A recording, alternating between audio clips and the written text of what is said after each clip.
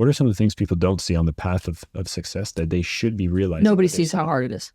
No matter what. I'm telling you, it doesn't matter what field they're looking to get into or what type of success it is they're looking for. People underestimate how difficult it's going to be based off of watching the people that are already there. Also, it's like you are going to run into blockages that make you question anything you're doing.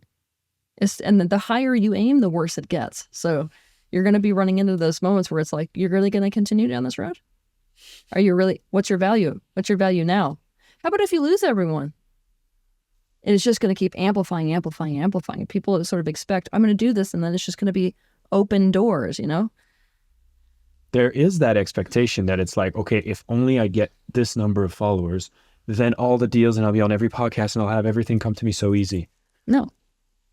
But it doesn't work that way. It's like I almost wish we could.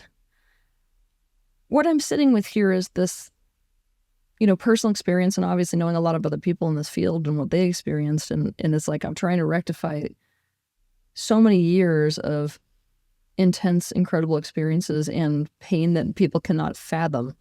And it's like there's so much of it, I don't even know what to draw from to be like, this is the reality, this is the reality, this is the reality. I can tell you one of the sunshine, gumdrops, and roses things, which shocked me the most when I came into this. I think when we come into especially the spiritual field and the self-growth space, there's this expectation that we're all going to get along because we all have the same mission. And I am telling you, this is more competitive than professional sports was ever competitive. And this is like, I like to tell people, these people are not going to be your friends. They will be few and far between. This is where the devil sleeps, is in the spiritual field.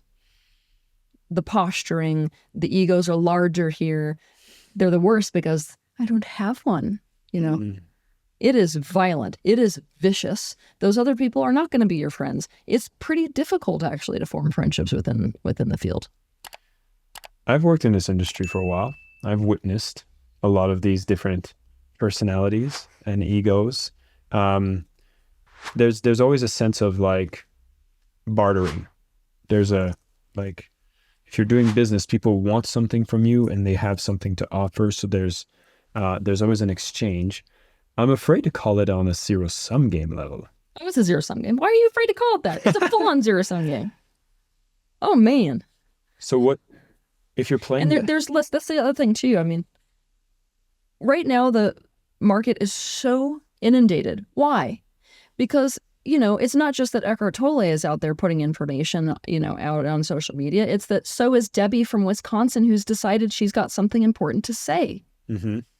So right now, it's like everyone can be a teacher. Mm-hmm. Everyone's going to post quotes. Mm-hmm. Everyone, right? So like what people have to understand is they're going into a market that is so saturated. I mean, so saturated that even the best people at the very top are like constantly on a treadmill trying to figure out how to stay in front of people.